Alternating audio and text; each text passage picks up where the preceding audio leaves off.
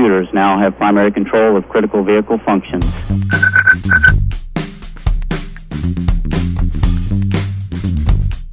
Welcome to the IBM Keep It Simple Technology Podcast, where each episode we discuss technology but in a simple way. We keep the explanation simple, but what we spend our time on is emphasizing what this technology means to you and how you can best utilize this technology for you and your business. Your host, as always, Thomas Anglero.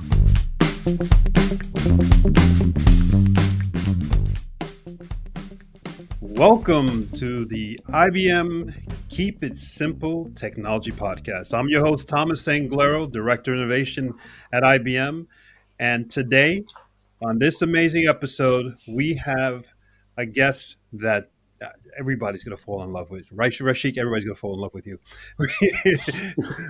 we have the CTO of IBM Europe, none other than himself, Rashik Parmar. Rashik, are you there? I'm here, yes. Hi, Thomas. Great to see you. Likewise. Rashik, I think that's about the only joking I'm going to be doing in this episode of this podcast because we have some extremely serious stuff to discuss because I'm going to jump right into the most important thing.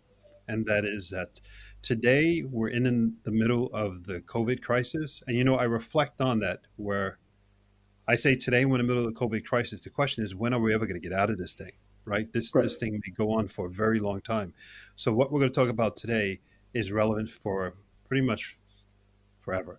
Yeah. And the question I really want to start off with you as a CTO of IBM in Europe, you meet so many amazing people. You have insights from all parts of the world, all different cultures, aspects. You see what's working, not working. So where I want to start off with this is, what is it or how is it to be a CTO today in the days of COVID or at your level? How is it to be a leader today in the days of COVID or after COVID? Let's just start there because other people listening are asking themselves the same question. They don't have the background. Nobody has that experience. So they really need the insight. What should they be thinking? What should they be doing? Rashik, the floor is yours.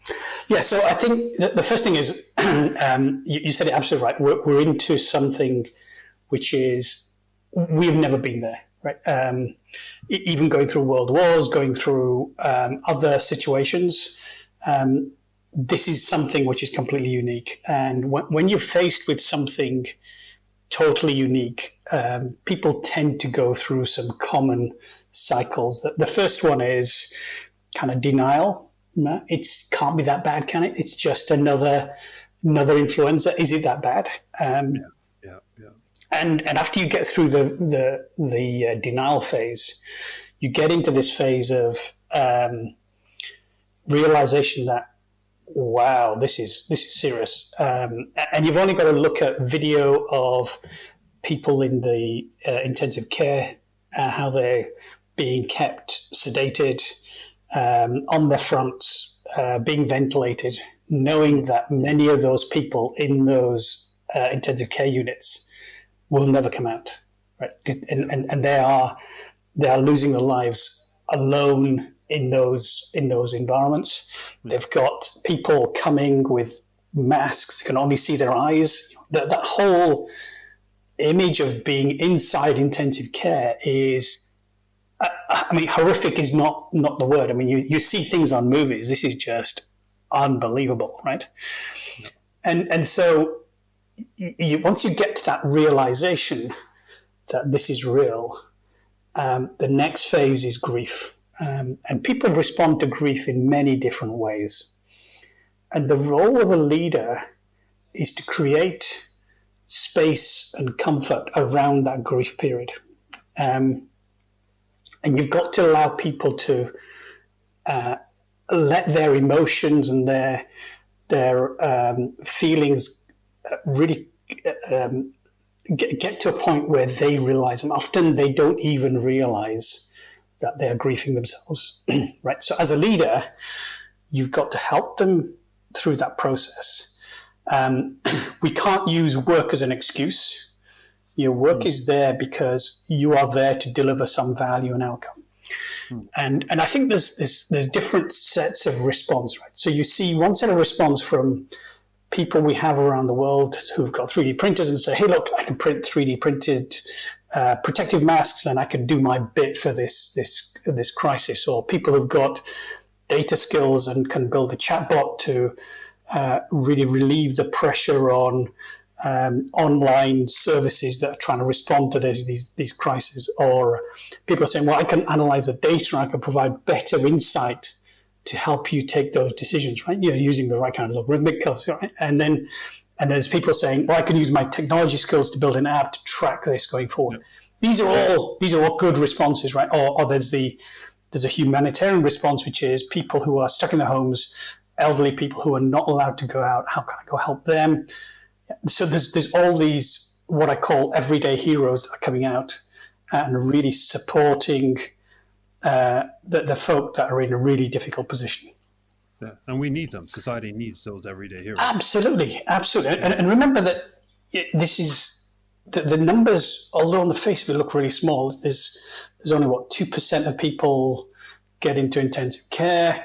Of the people in intensive care, 30 to 40% will die. I mean, those sound like relatively small numbers. But when you see at the scale of society at large, when you've got 6 billion people, those small numbers become very big numbers. And it's not just the big numbers, it's the effect on the healthcare service to be able to cope with those numbers. Right?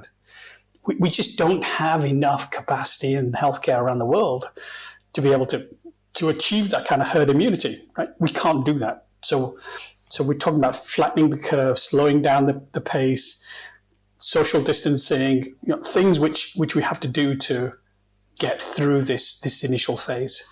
And as leaders, they're aware, if they weren't aware, they're aware of that now, and they're struggling. They see Absolutely. That the world doesn't have resources, and then on an individual basis, they're looking at themselves. They're going, "What can I do?" Yep. Exactly. And when I look at the IBM leaders, so I'm working with the senior leaders in the company, their number one priority is the safety of our employees. Okay, that's their top priority. The first thing that we have on all our internal discussions is, are we keeping our employees safe? First question, right? And so you'll have seen that we've been incredibly cautious and taking decisions on closing offices and doing some of the social distancing before governments have done or countries have done, because we want to be ahead of the curve in this. And that's really, really important, right? Because our first priority is our employees. And that's 350,000 plus employees in 120 plus countries around the world, right? Exactly. That's the scale that we're talking about. Exactly. And you look at those numbers, and the numbers of cases that we've had within the IBM company are relatively low compared to what's been happening in society at large.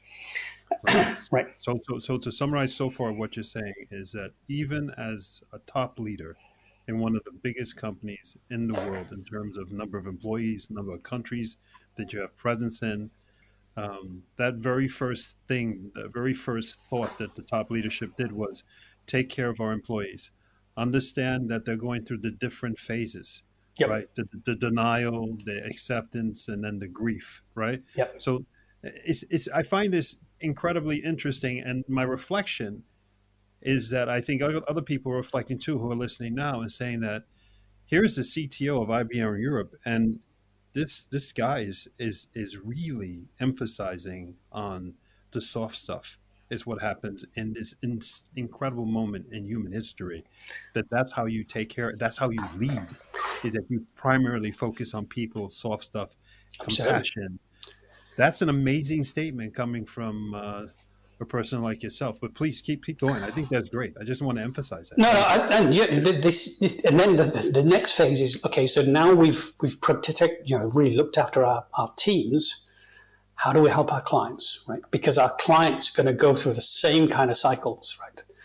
How do we share our knowledge and experience and expertise and what we're doing and stay connected? Because we might learn from them, but we can also advise them, right? Because it's about companionship here as well as a business, right? Because a lot of our clients are our friends, right? And that authentic friendship and trust that you build across that relationship is something that we want to protect. So we've been thinking about a lot of those things. And then there's the things that we can do. So as we go through this crisis, we have capability to be able to support society at large, and that might be in building those apps, building the different technologies that can come to terms with remote working. Now we have to play out scenarios, right? So you can't make decisions without having some kind of hypothesis and having some kind of scenarios, right? So the scenarios that you might play is, okay, well, when do we think governments will be releasing the social distancing and the restrictions that are put in place? Will that happen in 3 weeks, 6 weeks, 6 months? There's different scenarios, and we play out those scenarios. And then you start to say, okay, well, when they release them, what's going to happen? So what's going to happen to the number of cases as you start to release that, and what will they do with if the cases start increasing or decreasing? So we have to do that kind of scenario play out, and then look at, through all of the possible scenarios, which ones do we think are most likely, which ones are least likely, and then based on that, let's take the decisions, recognizing that our first priority is our employees, employee health and safety. Second priority is our clients, and then the third priority is making sure we stay profitable and continue to deliver the business. And that's how we're thinking through each of these decisions. Right?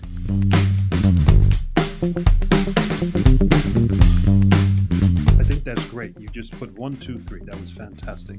Then let me add another perspective, and I'd love to get your feedback on that. And that is that, so we're up to the business aspect, right? Mm-hmm. The one is taking care of the people, society, the business. But here's the other one. What is business, right? So what I'm saying by that is, let me be very clear so the people listening, and that is that what the measurements you had pre-Q1 2020, pre-COVID, let's say, right? Of what is a good quarter, what is an acceptable margin of profit. Yep.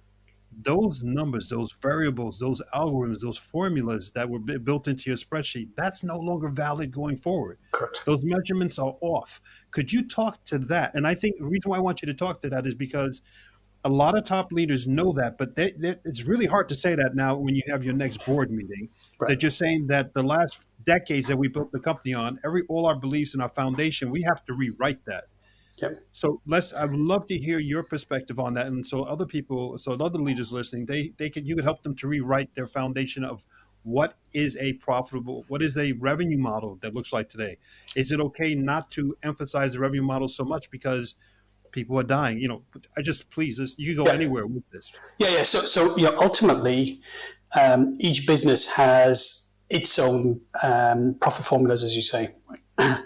We're incredibly fortunate in that we have a pretty good financial reserve that we can draw on, and we look at the level of resilience of the business. So if there's no money coming in now for the next 1 month, 2 months, 3 months, what would that do from a financial flow perspective? How much can pay employees, play for the buildings that we have? So we're looking at all of the costs and saying, how do we slow down those costs to give us as much resilience as we can going forward? Right? So any expense that we can control. Now, bear in mind, people at home, a lot of the travel expenses have been cut back, so we've got potential savings from that. So that changes part of the curve. Yep.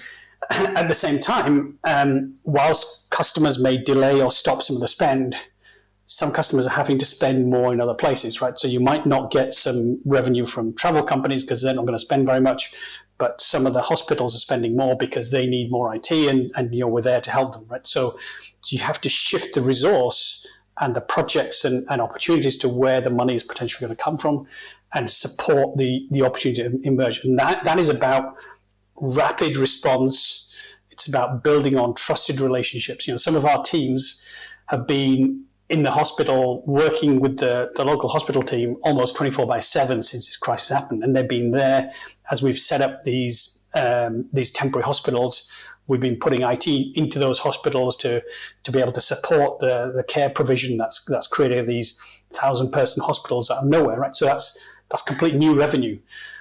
nobody would have predicted that, right? So you've got to try and balance where you can get the money and where you can save, and make sure that you hit an appropriate profit. What you can't afford to do is make sure that you're not making the money that you want to at least have a level of profit. You don't want to be going under, but you've got to not go too much into your reserves. So that's a kind of overall equation that's being done at the corporate level, and then each of the markets, each of the geos is being given a set of must-make targets, and helping them think through how they do that. And what we've looked at is said, okay, so in this situation, what is a government going to do in responding to COVID? What's a bank going to do? What's a telco going to do? And we've provided a set of offerings. At the same time, we want to be compassionate, so we're providing things for free. So some of our services like Aspira, some of the video technologies, we made those free for the period because, look, we've got to be helpful, right? We don't want to be using this as a way of screwing somebody when they're down, right? We want to be helpful at this stage, right. Build those trusted relationships, knowing that in the future, when things get better, that trusted relationship will turn into a profitable relationship. That's what our hope is, right? Yeah. And at the same time, you've got to play out those scenarios. So there's a balance between putting it too much risk into the system that you become unprofitable, versus being compassionate and supportive in the right way. So there's a very fine balance that we're trying to drive. But ultimately, we are very fortunate in having a very resilient business, right? And you'll see the quarter numbers. I don't know what the numbers are, and the key people working through those. But I would expect us to post relatively good numbers, because a lot of our business is annuity business. It's not transactional business. We have a chunk of transactional. We have a lot of it is ongoing long-term contracts, and so that gives us a lot of resilience that others don't have. Yeah, and let's just that's it. I want to stop you right there, just because I want to jump on that one point, and that is others don't have, right? So, right. You mentioned something, and I'm tying two dots that you mentioned earlier. You talked about grief earlier, because I thought that was beautiful, and then a moment ago you said that you have to keep the revenue going. When you mentioned grief the first time, you mentioned grief in regards to COVID and the horrible things that are going on. Right. But I reflect as you talk that these companies, the leadership are going through business grief. Yeah. At the same time, they're going through personal grief. Yeah. And I reflect to myself and go, wow, that's a double whammy. Yeah. Right? And you're not thinking straight, because right on the personal side, you may have somebody in your house or somebody so your neighbor or something like that. You go to work, that's another grief. I mean, that business leader is not in the best situation to make business decisions. Absolutely. I mean, if you take any of the travel companies, their business is completely decimated right now. Yeah. And if you're having to go to work and explain to somebody, I'm sorry, but we can't employ you anymore, and at the same time, knowing full well that they may have relatives who are dying in the hospital, I mean, that's just just heartbreak, right? I mean, you can't imagine that scenario. And by the way, I've been talking to people in airlines and travel businesses who are in exactly that position. I mean, these guys, the pressure and stress that they've got is unbelievable. If you talk about mental illness that comes out of this, we haven't experienced that as yet. We don't really know what it's going to do to them mentally, and that will turn into other forms of physical, societal issues that we haven't played out yet. Can you share any story without revealing any names, just because people relate more to stories? Do you have any specific stories? Yeah, so if I look at, in fact, I'll talk about one of my local neighbours actually, rather than a client, and she was working as an airline hostess, and she's basically lost a job, right? So she's been told that they won't employ her now, and at the same time she's got issues with some of her family who are working in the hospital in the front line in the care service.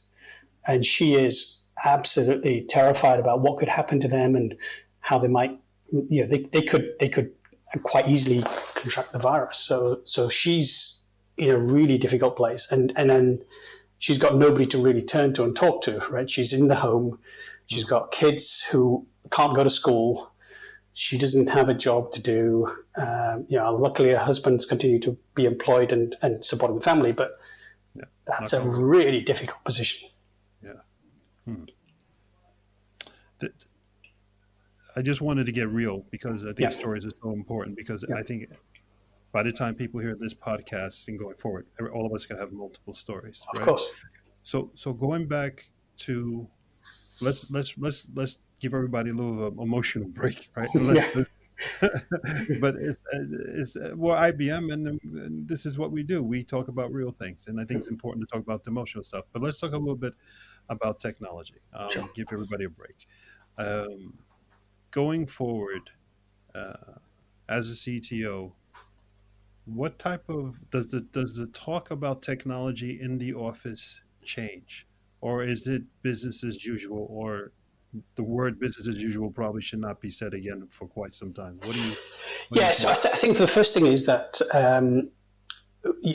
clients are looking first and foremost at resilience, operational resilience in its broadest context. So when we go forward,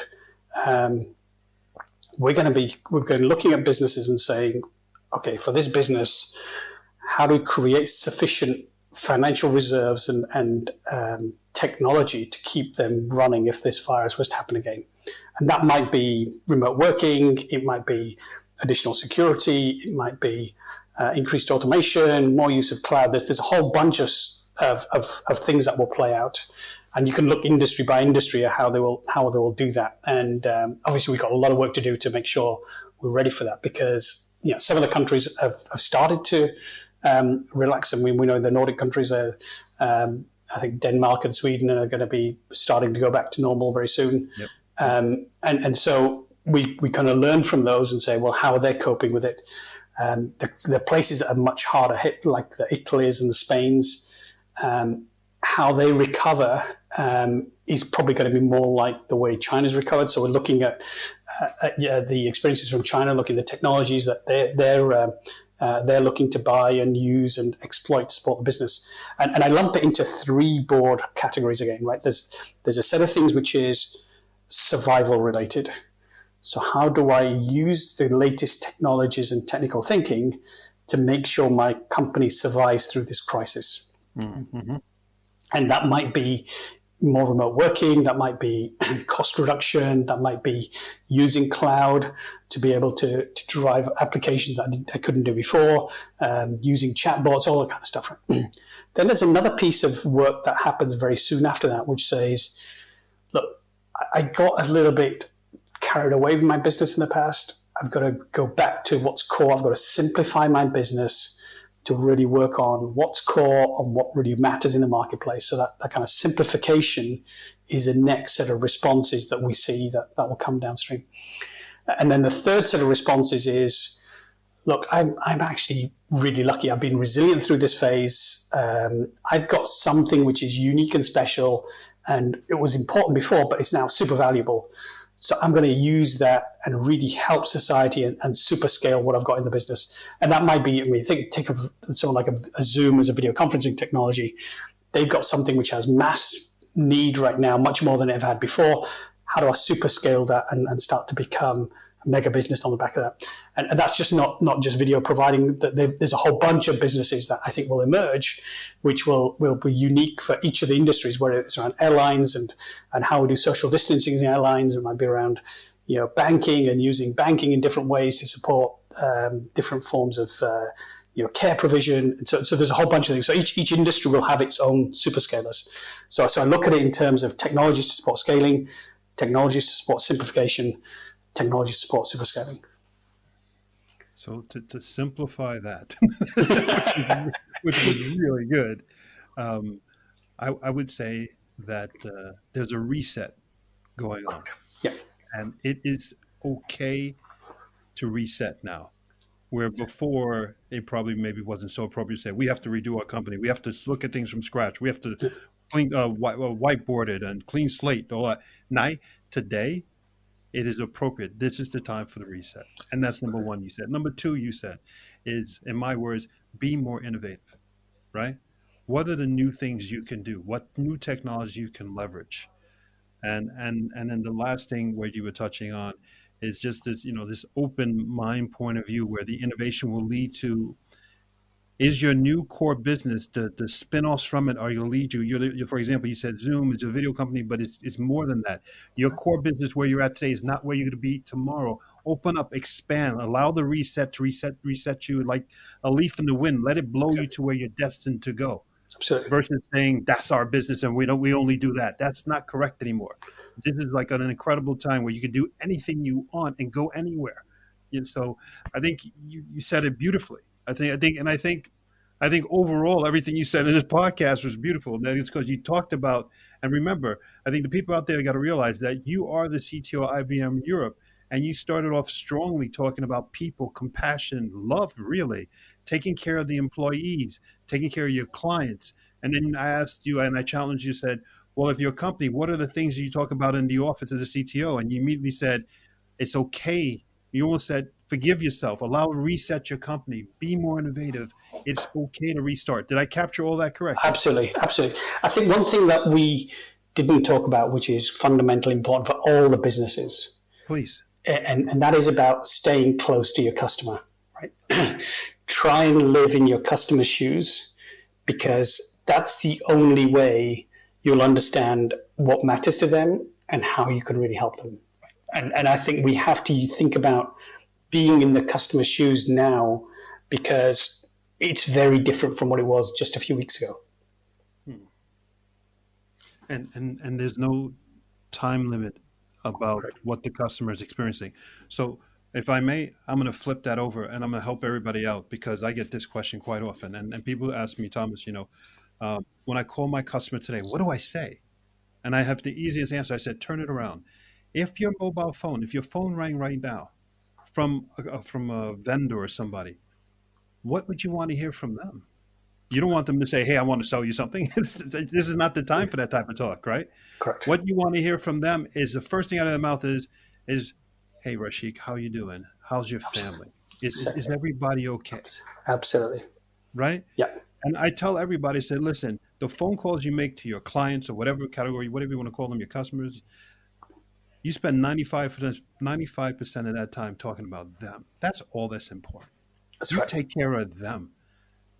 It's a friend, a lifelong friend. You only call and take care of them. And that's why they're a lifelong friend, because you took care of them.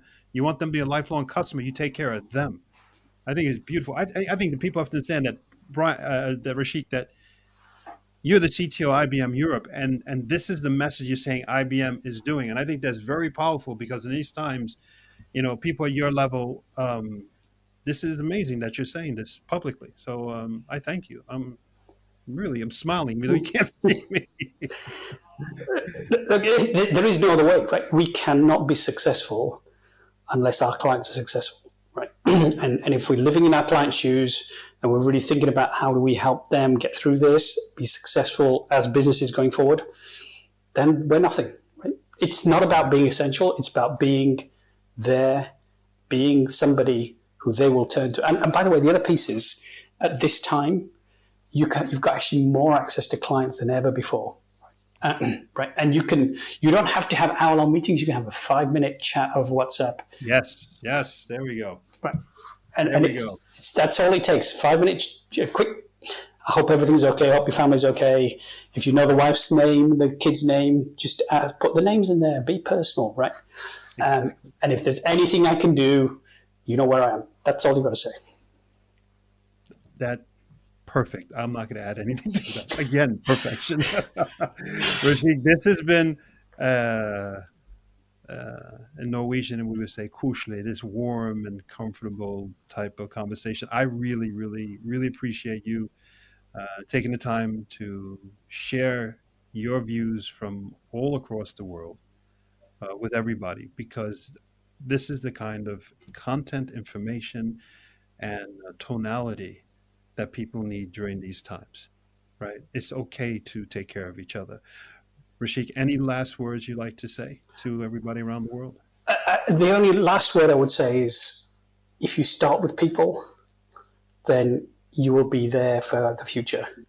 If you just care about the technology, then you're going to be history. Well said. Ladies and gentlemen, Rashik Parmar, CTO of IBM Europe. Thank you so much. I am Thomas Anglero, Director of Innovation for IBM, and I think I am blessed to have spent the last half hour with you, Rashik.